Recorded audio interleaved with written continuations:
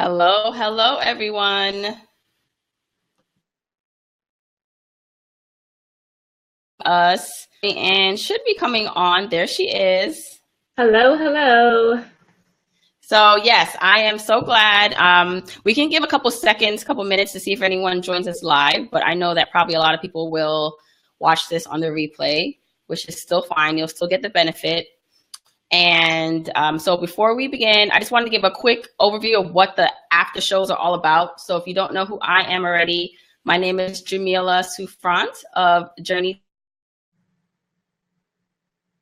It's about reaching financial freedom.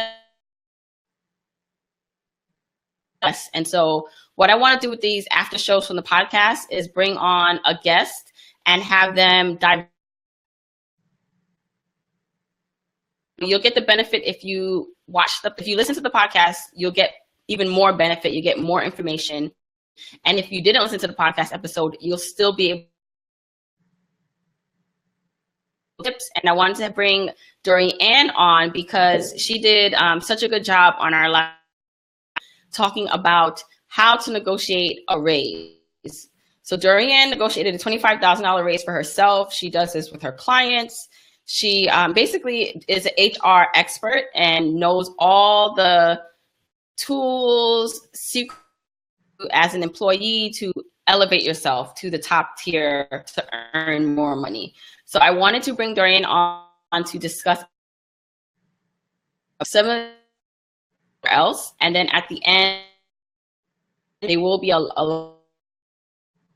if you have questions, you can ask. Dorianne was gracious enough to give us or give you guys a free bundle. So you'll get a salary negotiation, what's it, a tip, and then the LinkedIn audio training. Yes. Okay, so let me I want to set that up. So Dorianne, you can start introducing yourself. Yeah, and tell everyone who you are. Sure. Thank you so much for having me. My name is Dorianne again, and I am the creator of yourcareergirl.com, which is an online career coaching boutique for basically women professionals who are ready to up-level their career. So I'm so excited about this topic today. Salary negotiation is one of the more interesting things that I like to talk about just because I know, it comes naturally to some people, and then, some people see it as a game. Like, I love to do it. It's fun, but I know for a lot of people, it's not. It's something that causes a lot of anxiety. So I really do enjoy talking about salary negotiation. We're going to talk about some LinkedIn strategies as well. Pretty much anything career related that you all want to talk about, we can dive into it. So I'm so excited to be here. Great. Well, you know what? I don't think I'm showing you. Wait, let's see. I want to make sure. I think if people can just hear you. Hold on. Okay, there you go. All right, everyone can see Dorianne now, right? Let's see. We can play around with it a bit. All right, let's leave it side by side. So, okay, Dorianne, I wanted to talk a bit about, because what I liked about your episode and what the tips you gave was that you gave concrete to-dos that someone can walk in their office tomorrow and either start the conversation with their manager or start the process of researching how much to make. So can you talk a Sure, yeah. So I think a lot of the reasons why people are so anxious and overwhelmed about salary negotiation is because they're not sure where to start. So really what I like to do is just break down even step zero, even before you go in to start these conversations with your manager, is know what you're talking about. So the first thing that you really should do is go and research what should you actually be making. It's one thing to say, I'm not making enough money, I want to make more money, I'm being underpaid. People love to say these things. It's one thing to say that, but it's another thing to actually know that and to know how much are you being overpaid by. What is the going rate for your role? So the first thing you should do is head on to glassdoor.com or salary.com or even LinkedIn and start to do some research to figure out what should I be getting paid in this role? Put in your job title, put in the city or in the state where you are, and see what, people get. What is that? What's the going rate for that role? And that gives you a great starting point. You might be surprised to see that you're actually not as underpaid as you thought. Maybe you're overpaid. Maybe you're right on the average, or maybe you are severely underpaid. But the first step definitely is to do your research. Once you do that, then you can then you can jump in and start having those conversations with your manager. So that would, to me, would be the first step. And that alleviates a lot of the anxiety, not all of it, because it still is a, kind of anxious conversation. But at least if you go in knowing what you want to talk about, what you're asking for, you put yourself in a good position.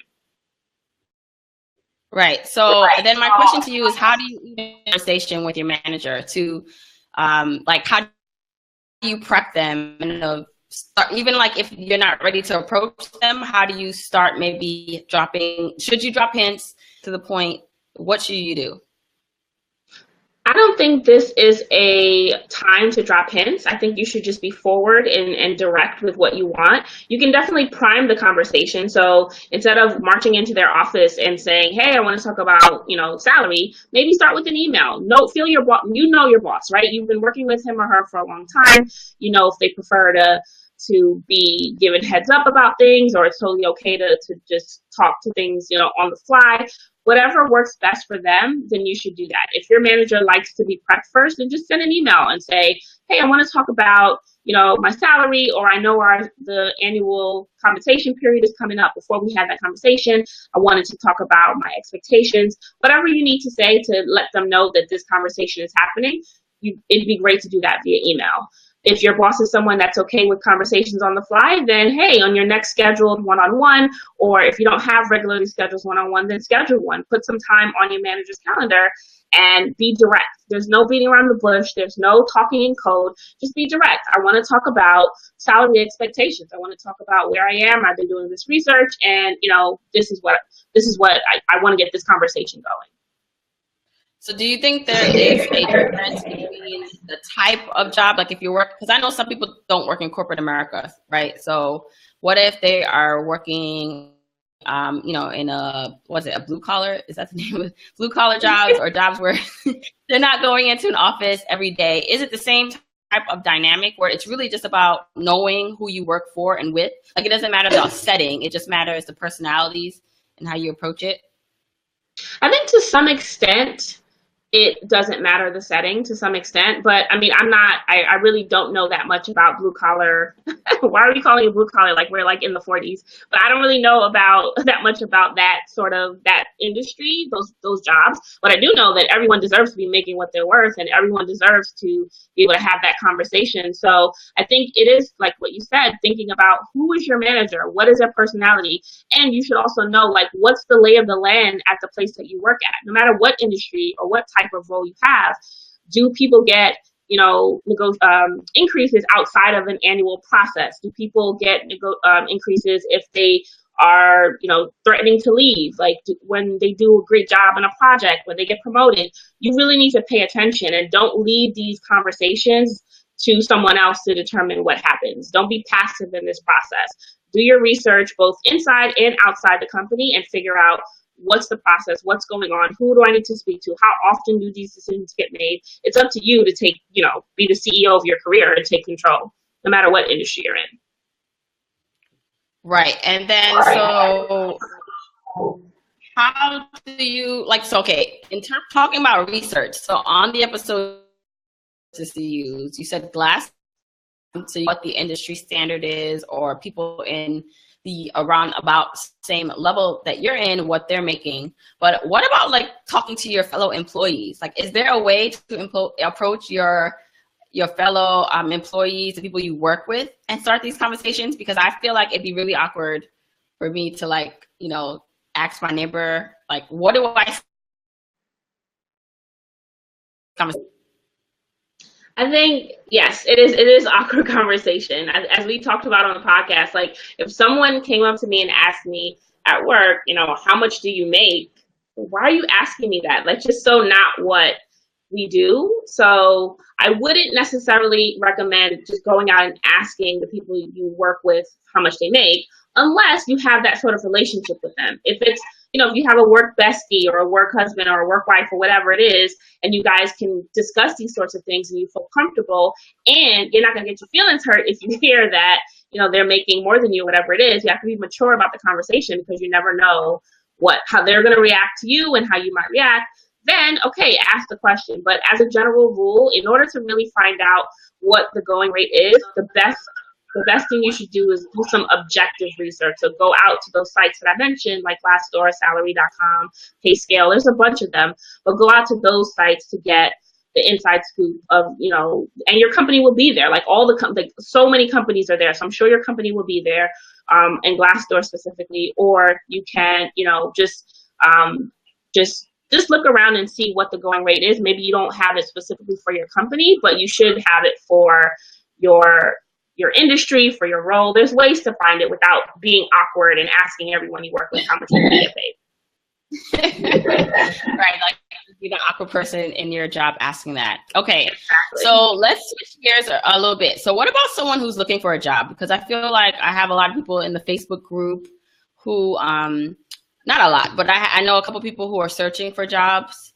So let's switch gears a little bit. How can someone be effective in job?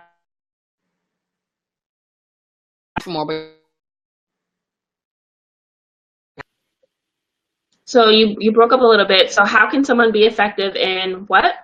The job search. Okay. So the first step I would like to start off with, because we as human beings, especially ambitious human beings, we like to get to 100 before we kind of take the steps to get there. I know Drake tried to say go from 0 to 100, but there's so many steps in between. You can't do that. He can do that. We can't do that. So the first step before you get to the next level is to get clear on what you actually want. A lot of times when my clients first come to me and they're like, okay, I'm doing my job search. It's been so many weeks or so many months and I'm not making any progress. I'm not hearing back. And then when I, ask a series of questions, they're not really clear on what they want. They don't know what kind of job they want. They don't know what industry they want to be in. They don't know what their strengths are. They don't know, what value they can bring to the table. So before you even submit the first resume, get clear on what do you want. There's a reason why you're not interested in your job right now. There's a reason why you're looking for another job. What's that reason?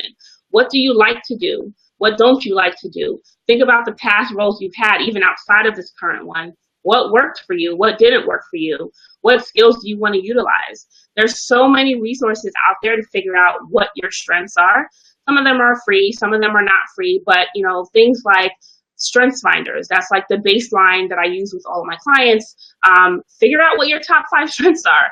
There's so many, again, resources out there. Know what value you bring to the table. And a strength, FYI, is not I work well with people or I'm a team player. That's not a strength.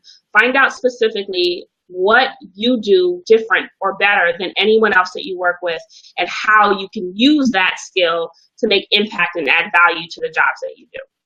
Then once you do that, the job search gets a little bit narrower. You'll realize that it's not about quantity. It's not about applying to every job you see and you have to make 50 jobs a day and that's your goal. It's about quality. So you're looking for jobs that are actually going to help you utilize those strengths that you've discovered, that are going to get you into your ideal, the kind of ideal career that you actually want to be in. So that's really can help you have a more effective job search. It'll help you write better resumes, helps you write better cover letters, helps you answer all these interview questions, no matter what question they're throwing at you. Because you're so laser focused on what you want and what you bring to the table, it becomes that much easier to answer those questions. Right. And also, part of what I'm trying to get across here is that income is very important to building wealth and creating wealth. And so I know a lot of people talk about side hustles and becoming an entrepreneur, but for those of you guys who have no interest in becoming an entrepreneur or who, still have something that you're doing on the side, but you still have a full-time job, the easiest, or maybe I shouldn't say the easiest, but the most logical way to create our platform. So if you do have a job, that's why I'm stressing trying to see ways to earn more in your current role, which usually is is to try to negotiate a higher salary or maybe move to another job that is going to pay you a lot. But it's not all about money, right? So like there are benefits too, right? Like you just talked about, what are your values? What do you value? Do you value flexibility? Because maybe one job or one position gives you more flexibility to be able to work on your side hustle more. Or maybe one job gives you better benefits and better 401k plan options and better retirement options. So those are all things you need to consider, not only, you know, in a job search, but then in your current role. Like, so I wanted to talk. Yeah, I think that's a good point. And even like when I'm thinking about like budgeting, right? We all, you know, I'm sure a lot of the people that are going to be listening today, they're following your plan, they're budgeting, and you have a line item for commuting and for gas and for clothes. So the type of job you have really affects that. If you have a job that's laid back and casual, you don't have to buy a set of clothes for work plus a set of clothes for outside. That helps your budget as well. If you can work from home, then you don't have to spend commuting and gas costs. Like it really, salary is a big part of it, yes, but to your point, there's so many other ways that money affects your career. So you really should be thinking about it holistically and thinking about, where can I cut corners? Where can I cut costs? Plus be fulfilled at the same time with my career. So. And then she created an awesome bundle for free for you guys if you're interested. But it is getting her free blueprint for negotiating salary, and then also a LinkedIn audio training guide. So if you want that, just type in wealth. So if you type in wealth into the Facebook comment, you will automatically get a message from me with that link to access those freebies. So at any time, even if you're watching this on the replay, you can just type wealth in at any point in the video, wealth, and you'll get the link for the training for free. And then let's go talk about LinkedIn a little bit, because I know that you use LinkedIn a lot. I know that it's something we talked about on the podcast, and you gave some great tips on how to optimize your LinkedIn profile. So can you just briefly go over those 3 tips and then add in anything else you want to like kind of dive deep into? Yeah, sure. So LinkedIn is, especially if you're talking about, you know, wanting to have an effective job search and want to find that job that's going to pay you more, then you really should be utilizing LinkedIn to help you do that. It's so much easier to get through the hoops of all the phone screens and the recruiters and HR if they're reaching out to you instead of you submitting your resume to a black hole. And so when you optimize your LinkedIn, it increases the chances that you'll be able to do that. So some ways to do that is just look, first of all, like put a picture up there. There's so many people who don't have pictures on their LinkedIn. It's something that's so simple that is just overlooked. I'm not sure why people are comfortable putting pictures on Instagram and Facebook and everywhere else, but when it comes to LinkedIn, there's so many blank profile photos up there. So put a picture on that's personable, that is professional, and that's a good way that people can put a face to the name and see you. Then upgrade your headline on LinkedIn as well. You don't want it to default to the same, you know, it defaults to your title at your company in the location that you're in. So HR business partner at, you know, Acme Limited in Boston. Like it just defaults to that. So you want to spice it up, jazz it up. Like what, again, this goes back to strengths. When you know what your strengths are, you can infuse that into your headline. And that is a key word that recruiters can find and search for you and find you there. And then the other tip that's really important that I see a lot of people overlook is when it comes to the job descriptions on LinkedIn, it's not a dumping ground for what's on your resume. You shouldn't just be copying and pasting what's on your resume. It's your opportunity to really give a brief teaser. It's like LinkedIn is another marketing tool. So do a nice teaser into what you've done in your roles, you know, what you bring to the table, infuse some of those strengths in there as well. And this will help recruiters find you. I get found on LinkedIn multiple times a week. They'll find you in their search. They'll want to learn more about you. They'll reach out to you. And that also kickstarts your job search and helps you get on the road to getting that higher paying job so that you can really kick this wealth formula into gear. So, I mean, LinkedIn it's overlooked. It's really something that you need to, and it's overlooked and underutilized. People who actually do have LinkedIn profiles, they're just not using it and leveraging it the way that they can. So really think about how can you optimize your LinkedIn profile so that you're standing out, you're showing up in searches, and that you're getting an effective, jump start to your job search.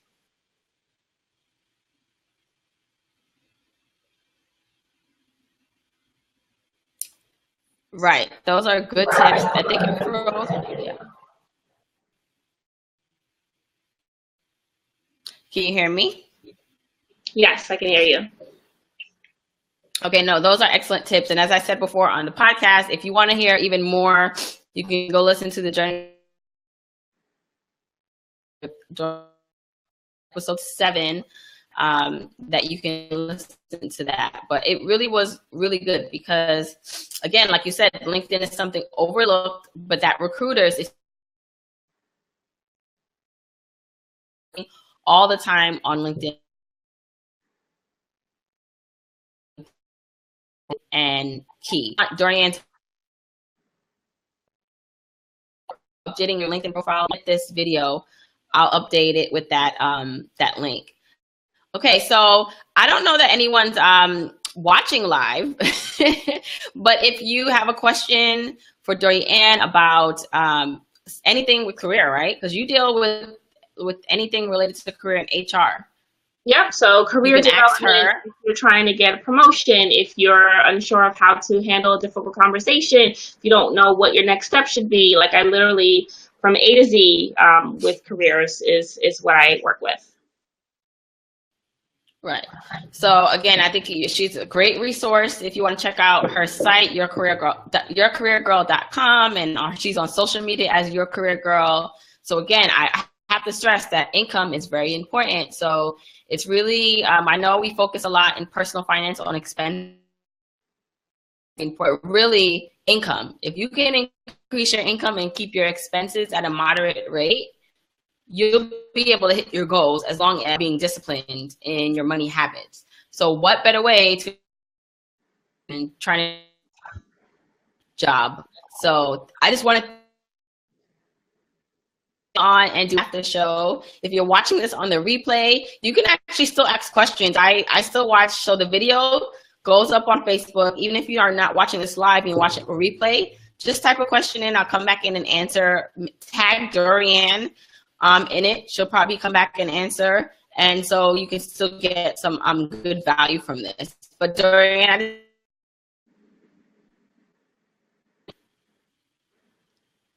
Thank you for having me. Yes, and I will definitely respond to questions. So if anyone tags me, all good. Let's get your career questions answered.